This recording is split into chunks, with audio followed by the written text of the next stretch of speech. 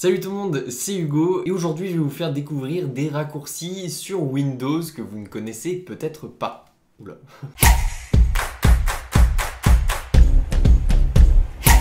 Et oui, effectivement, avec ce clavier, il y a énormément de combinaisons de touches possibles et il y en a qui nous servent énormément, que ce soit dans notre vie professionnelle ou tout simplement dans notre vie personnelle, et on ne les connaît pas forcément tous parce que c'est ultra compliqué de tous les retenir. On retient juste le copier-coller, CTRL-C et CTRL-V, et certains autres.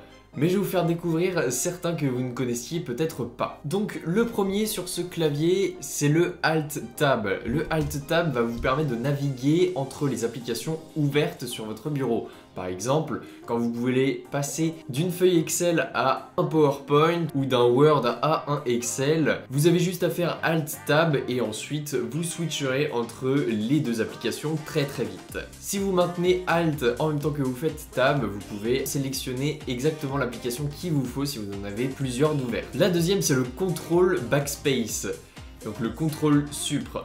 Effectivement, quand vous faites CTRL et le bouton supprimer, vous supprimez le mot entier et non pas juste les lettres. C'est pratique pour ne pas passer 5 ans à effacer toute une phrase. Maintenant, on va voir le CTRL Alt Tab qui va vous permettre de voir les applications que vous avez ouvertes et ensuite de sélectionner avec la souris l'application que vous voulez sélectionner. C'est moins rapide que le Alt-Tab, mais ça permet d'avoir une vision d'ensemble moins rapide de ce que vous avez ouvert sur votre bureau. Ensuite, petit raccourci très pratique, plutôt que d'appuyer sur la touche Windows et ensuite d'aller chercher les paramètres partout, il suffit d'appuyer sur la touche Windows plus la lettre I et ça vous ouvrira les paramètres. En plus, Windows 10 a intégré une interface beaucoup plus facile d'utilisation que avant, donc l'overlay sera vraiment très simple et vous pourrez retrouver vos paramètres partout. Ensuite, la touche Windows plus la lettre L va vous permettre de verrouiller rapidement votre ordinateur. Par exemple, vous êtes à la terrasse d'un café et vous voyez quelqu'un de suspect, on rentre un petit peu dans la paranoïa,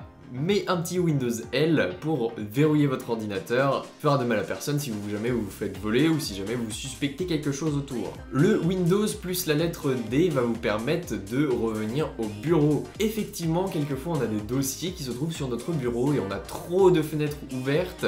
Ça m'est déjà arrivé, alors soit il y a un raccourci directement avec la souris, vous pointez la souris directement tout en bas à droite et vous faites un clic, ou alors vous faites le raccourci clavier Windows plus la touche D pour desktop en anglais. Et le petit dernier, mais pas des moindres, quand vous avez une fenêtre ouverte, vous faites la touche Windows plus vous naviguez avec les flèches. Cela va vous permettre de replacer la fenêtre dans l'espace. Je m'explique, par exemple, vous faites Windows plus la touche O, la fenêtre va s'afficher en grand, comme si vous aviez pris la fenêtre avec la souris et vous l'aviez mis tout en haut. Souvenez-vous, quand vous faites ça, ça agrandit la fenêtre sur tout l'écran. Et bah là c'est la même chose, mais avec les flèches. Et c'est valable aussi pour les deux côtés du bureau. Si vous faites Windows plus la touche droite, l'application sera affichée sur le côté droit de votre écran. Donc voilà, c'est déjà la fin de ces petits raccourcis clavier, j'espère que la vidéo vous aura plu. Si c'est le cas, n'hésitez pas à mettre un pouce bleu, à vous abonner et à activer la cloche. Rejoignez-moi aussi sur les réseaux sociaux. On se retrouve pour de prochaines. Salut tout le monde!